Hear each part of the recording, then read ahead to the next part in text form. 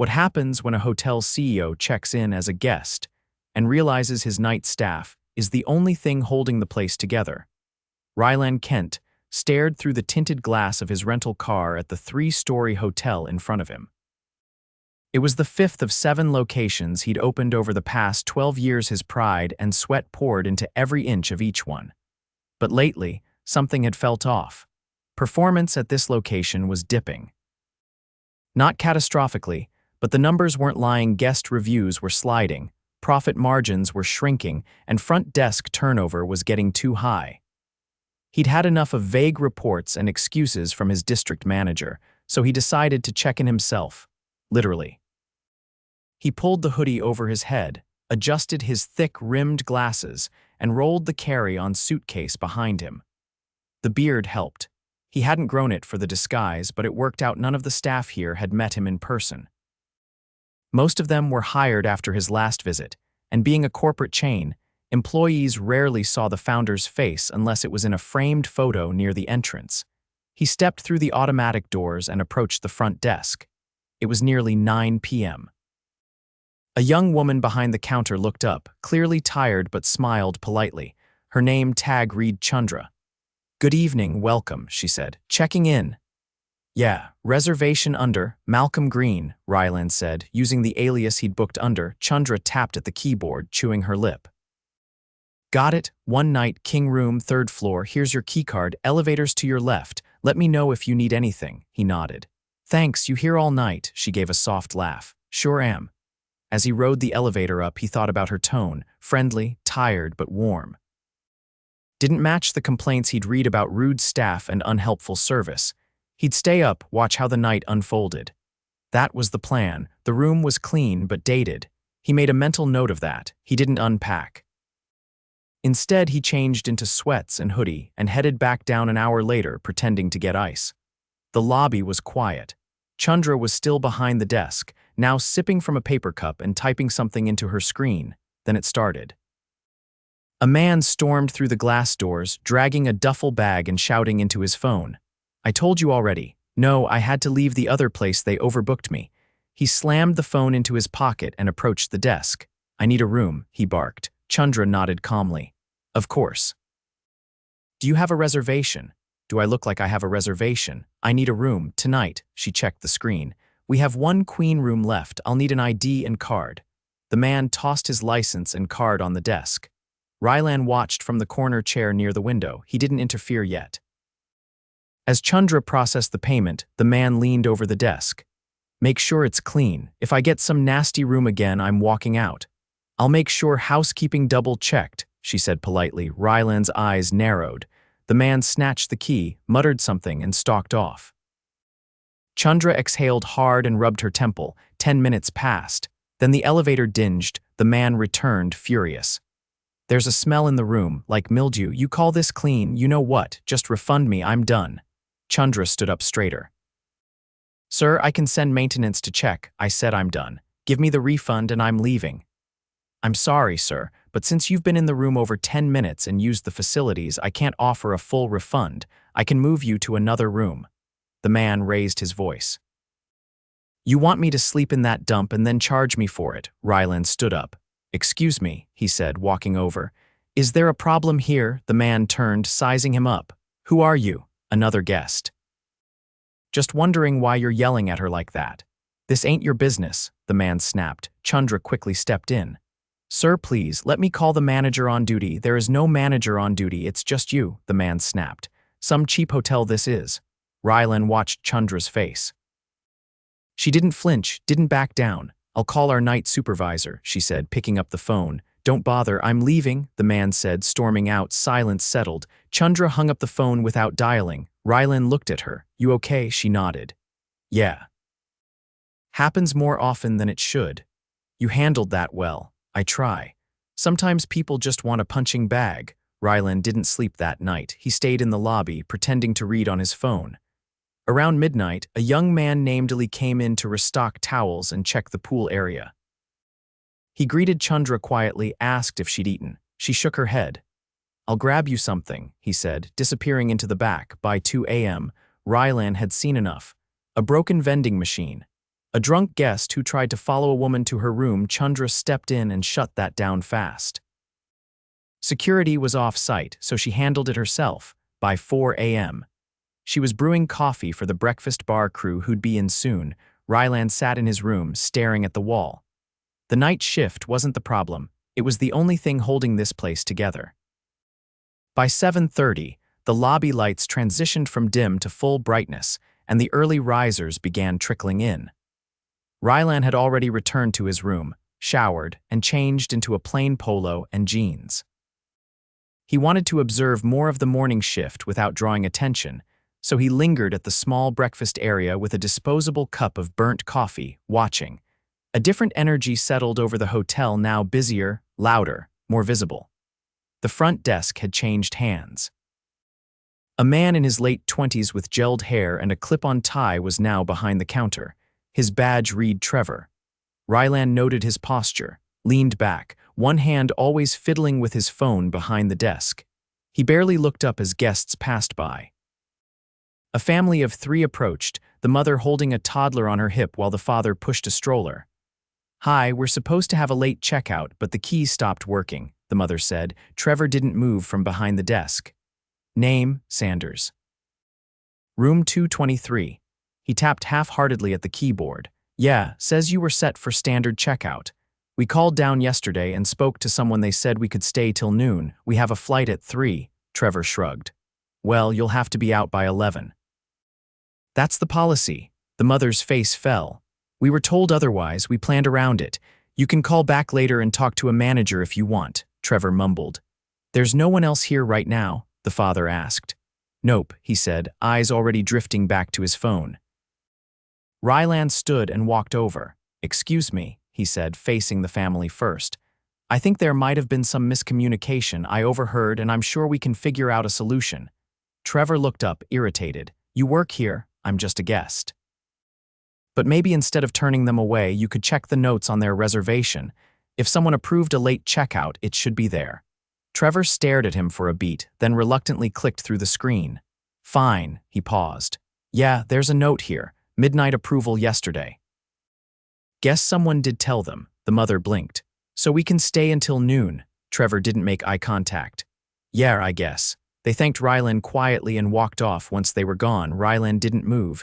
"You didn't even check before telling them no," Trevor scoffed. "We get a lot of guests trying to pull stuff. I don't have time to chase every little thing." "You didn't have time to read one sentence on a screen," Trevor crossed his arms. "Look, if you've got a problem, talk to the manager." "I will," Rylan said, holding his gaze. "Soon." He stepped away and made a note in his phone. First serious concern, front desk staff on the morning shift dismissing guest needs without checking facts. By 9, he had seen enough of Trevor's behavior, ignoring calls from rooms, rolling his eyes at an elderly guest asking about the business center, brushing off a housekeeper who asked about a maintenance request. Rylan slipped out and walked around the back of the building. Employees took smoke breaks near the loading dock, so he waited near the dumpsters, pretending to be on the phone. After about 15 minutes, a short woman in janitorial uniform stepped outside, wiping her brow with the inside of her sweatshirt sleeve. Her name tag read Luz. "Rough morning?" Rylan asked lightly. She gave a half laugh. "Every morning's rough when you're short 2 people. "That bad?" she nodded, pulling out a bottle of water. "They don't replace anyone who quits, just split their rooms between the rest of us. 20 rooms a day now, easy. Sometimes 25, I'm on 3 floors today. Do you ever get any help from management?" She twisted the cap back on. "They tell us to be faster. Sometimes I skip my break just to finish before check-ins start again. If I don't, guests complain." Rylan took in her tone, not angry. "Just tired." "Who's in charge of scheduling?" "Melinda. She's the operations manager during the week." "Does she ever work weekends?" Luz shook her head. "Only Monday to Friday. She says she needs her mental reset days." Rylan raised his eyebrows. "But she expects you to cover extra rooms. She says it builds character." He didn't say anything for a moment. Then, "Thanks for telling me." Luz gave him a curious glance, but didn't ask who he was. By late morning, he spotted 2 women in matching blazers walking into the lobby from the parking lot. They were corporate had to be. He recognized the regional HR director, Dana, from a Zoom call 6 months ago. The woman with her had a clipboard and a distracted look. Probably doing an unannounced inspection, Trevor stood up straighter when he saw them, suddenly peppy. "Good morning. Welcome back." Dana didn't acknowledge the shift in tone. "Is Melinda in?" "No, she's out till Monday," Dana frowned. "We weren't informed of that." She left notes, I think. They walked past him without another word. Rylan followed them discreetly as they toured the laundry area and back office. He overheard Dana asking about staffing logs, payroll accuracy, and overtime approvals. The other woman kept jotting notes. Every answer Trevor gave was vague. At noon, Dana pulled Trevor aside. "We've gotten multiple reports from guests and staff about disregard at the front desk."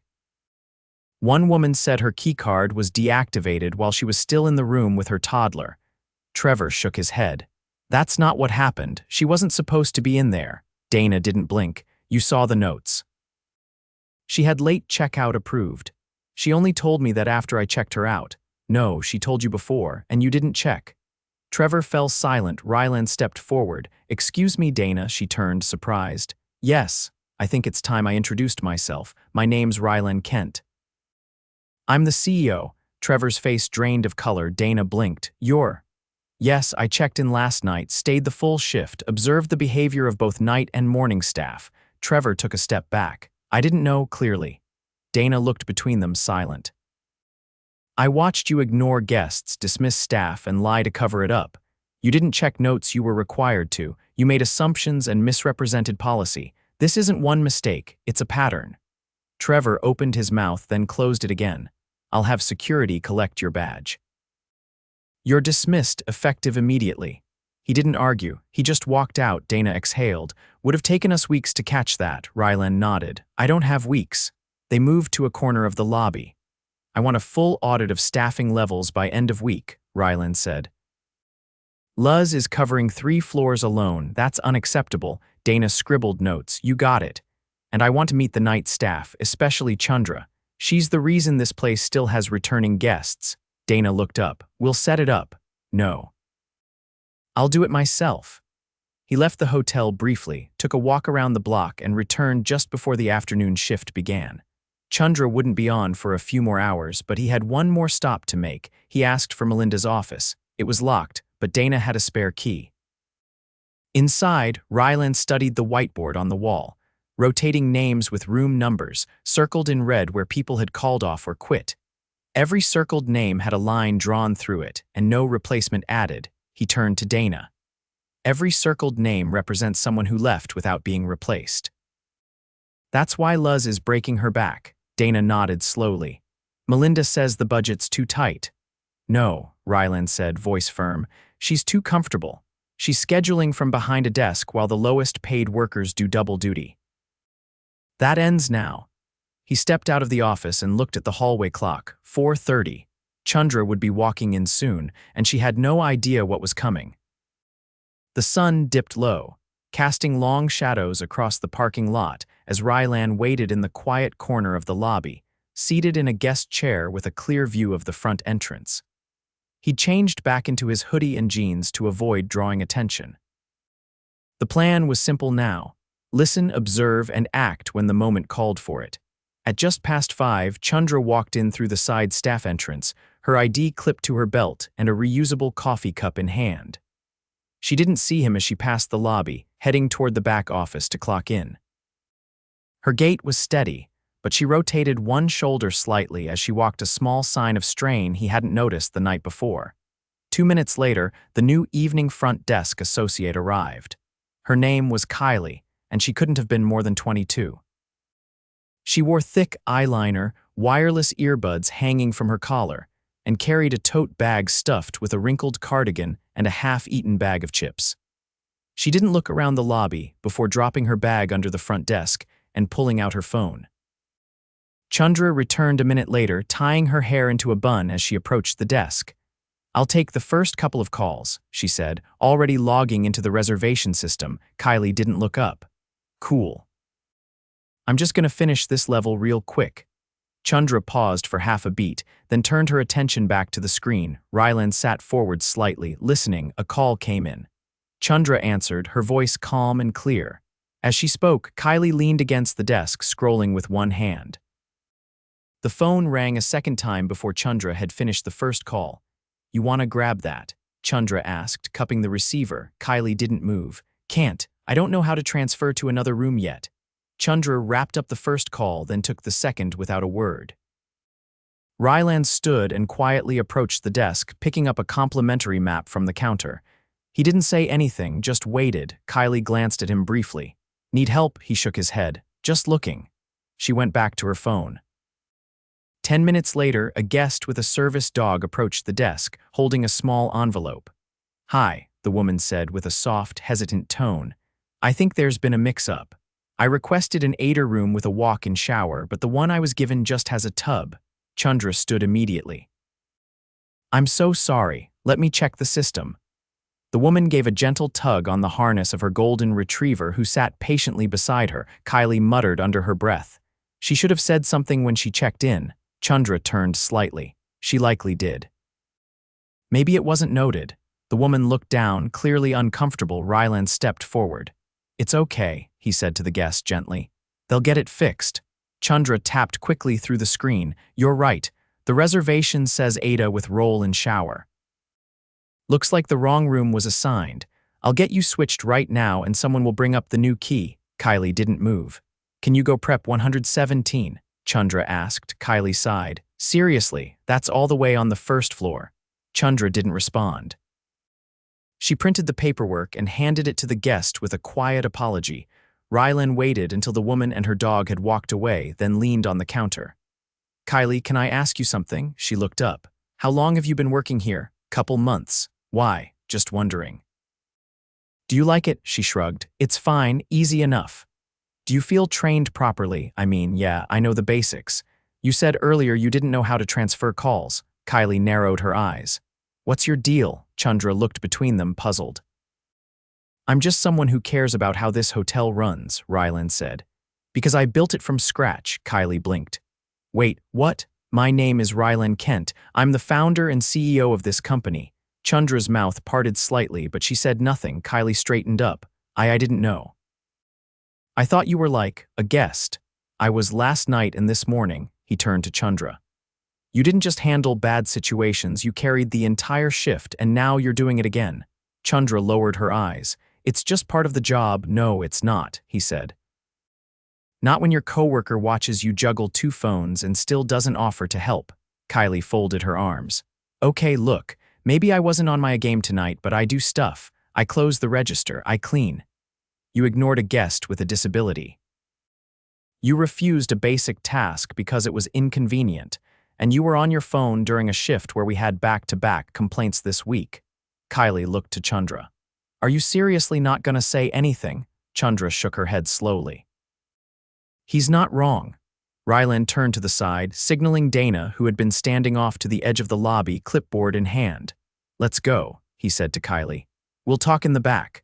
Her sneakers squeaked slightly as she followed him and Dana through the side hallway. Inside the small office, Rylan sat at the guest chair, gesturing for Kylie to do the same. "I don't want excuses," he said. "I want to know if you think this job matters." Kylie hesitated. "It's just a part-time thing for now. I'm in school." "Good, school's important. But when you're here, the guests don't know that. They think you're here to help them, and when you don't care, they feel it." She looked at the desk. "You're not being fired," he said, "but you're being suspended for 1 week. Unpaid." Her eyes widened. "What? You need to decide if you want to be part of this team. If you come back, you start retraining from scratch. If not, we'll open your position." She didn't argue. Back in the lobby, Chandra was helping a guest print boarding passes from the business center. When Rylan returned, she gave him a small nod. He walked up beside her. "How long have you been here?" he asked. "Almost a year." "Have you ever had a weekend off?" She hesitated. "Not since February." "Would you take one if I gave it to you?" She smiled, but it didn't reach her eyes. "Only if someone can cover." "They'll cover. Take this weekend. It's not a request." Chandra let out a soft breath. "Thank you." He leaned slightly closer. I'm not done. We're restructuring the front desk. You're being promoted to lead associate. It comes with a raise. And you'll help train the new hires, because I trust your judgment more than anyone else in this lobby. Chandra looked at him fully now, her voice low. You sure? I watched you to escalate 3 situations without losing your composure. I saw how you took care of the staff and the guests. I'm very sure. She didn't speak again, but the change in her posture said enough. As Rylan walked toward the elevators, he saw Ellie coming in through the side door with a crate of clean towels. Their eyes met, and Rylan gave a subtle nod. It wasn't over not by a long shot, but the shift had begun. By the following Thursday, Rylan was back on site, this time without the hoodie or disguise. He wore a simple button-down, no tie, sleeves rolled, and a visitor badge clipped to his front pocket. The staff had been notified of a leadership visit, but not the full scope. He didn't want to create panic, he wanted to create clarity. The first meeting started at 11 a.m. in the hotel's modest conference room. It had been unused for months, cluttered with outdated brochures and an unplugged projector. Dana had cleaned it up and arranged 12 chairs in a circle. Not a single desk in sight. Chandra walked in first, freshly off her reinstated 2-day weekend. Her eyes landed on Rylan, then on the whiteboard that simply read, Staff Session Listening First.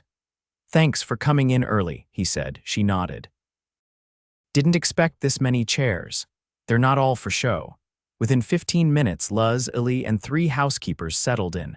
Rylan waited until the door clicked shut behind the last arrival before standing. No cameras, no speeches. I'm here to listen. He looked around the room, landing briefly on each face. I've already seen what some of you deal with, but I haven't heard your voices. That changes today. The room remained quiet until Illy shifted in his seat. Are we allowed to talk about everything? Everything, Rylan said. No names if you're not comfortable, just tell me what needs fixing. Luz raised her hand slightly. I've worked here almost 3 years. Longest stretch without a raise was 22 months. Rylan nodded once. That ends this week. You'll get a wage adjustment aligned with tenure and workload. She blinked, stunned. That fast. I don't need more reports to know you've earned it. A younger housekeeper named Nia leaned forward. Is it true we're getting more people? Like actually hired, not just promised. That's already in motion. We're bringing on 2 floaters within the next 10 days, 1 for weekends, 1 full-time weekday backup. You won't be carrying double loads anymore. You're not worried about budget, she asked. I'm worried about burnout. It's more expensive than any hire. Chandra crossed her arms, not defiant but thoughtful. Can I ask something? Go ahead. Why now? Why not 6 months ago? Rylan looked at her directly. Because 6 months ago, I believed what I was hearing from above. I trusted numbers more than people. That was a mistake. She didn't reply, but the tension in her shoulders eased. After the session, he pulled Illy aside in the hallway as the others returned to their shifts. You've got good instincts, Rylan said. Illy looked surprised. Me, you handled that late-night incident with total professionalism. You didn't wait to be asked. I just saw she hadn't eaten, figured I'd do something. You think about others without being told. That's leadership. Illy blinked. I'm just a night attendant, not anymore. Effective Monday, you'll be lead night shift support. I'm pairing you with the maintenance crew to cross-train. That'll put you on track for assistant night manager. Illy's voice was quieter now. That's a lot. I wouldn't offer it if you weren't ready. That afternoon, Rylan met with the district manager, Joel, a man in his early 40s who had been overseeing the property remotely. Joel arrived late, tie askew, apologizing for traffic. Rylan didn't acknowledge the excuse. I reviewed the quarterly reports you submitted, Rylan said as soon as they sat in the office. You signed off on staffing levels as acceptable. They were, based on the ratios. You didn't visit the property in person once this quarter. Joel shifted in his chair. I relied on Melinda's updates, which were inaccurate. She's been terminated. Joel's eyes widened. Wait, she's gone. She was running the building from behind a locked office. You signed off on her reports. That makes your oversight part of the problem. Joel leaned forward. Look, I've got 5 properties. I can't be in all of them every week. I'm not asking you to be everywhere. I'm asking you to be present somewhere. This hotel needed help and you didn't see it. So what now? You'll be placed on performance probation. 3 months. During that time, if I don't see direct involvement, weekly visits, and accurate reporting, you'll be replaced. Joel didn't argue. He just nodded. By Friday morning, the changes were already visible. A new assistant front desk supervisor had been flown in from another property. Someone Dana personally recommended, someone with a reputation for reliability and calm under pressure. Kylie returned from her suspension that afternoon. She wore a different expression, not apologetic, but uncertain. Rylan watched from the corner of the lobby as she approached Chandra. "Hey," Kylie said hesitantly. Chandra looked up from the desk. "Hey, I'm here to retrain. I guess you're the one teaching me now." Chandra raised an eyebrow. "That a problem?" "No," Kylie said. I didn't think I'd still have this job." "You didn't get fired. That's a second chance. Don't waste it." Kylie nodded. "I won't." Chandra handed her a laminated cheat sheet. "Start by memorizing these, then we'll go through the phone system." Rylan didn't step in. He didn't need to. Leadership was already happening. Later that evening, he found himself outside by the pool, pacing slowly near the edge. The lights reflected off the water, and the air carried the faint scent of chlorine and something fried from the nearby diner. Dana joined him, holding a clipboard. "Backgrounds cleared on both new hires," she said. "One starts Tuesday, the other next Saturday. Good, and the survey program, launching this weekend. Anonymous feedback from staff every 2 weeks, goes directly to HR and executive review. Make sure it's not just for show. If we don't act on it, it's worse than not asking at all." She nodded. "We'll monitor it closely." He looked out across the pool, then back at the building. "I built this company to serve people, not just customers, all of them, staff too." Dana didn't reply. "I lost sight of that," he continued, "but I won't again." The following week, Rylan returned to headquarters. He didn't need to hover. The systems were in place now, real ones, not spreadsheets pretending to be solutions. Staff had a voice. Managers had accountability, and guests. They had a better experience, not because of policy, but because of people. Chandra's name was submitted for the company's annual Excellence in Service Award. Ellie's transfer paperwork was fast-tracked. Luz received not just a raise, but a bonus for tenure. As for Rylan, he changed one final policy before stepping away. Every regional manager was now required to work one overnight shift per quarter, no exceptions. Not to supervise, to do the work. Because no report, no chart, no filtered email could ever replace seeing the truth with your own eyes. And sometimes, the only way to fix what's broken is to check in yourself.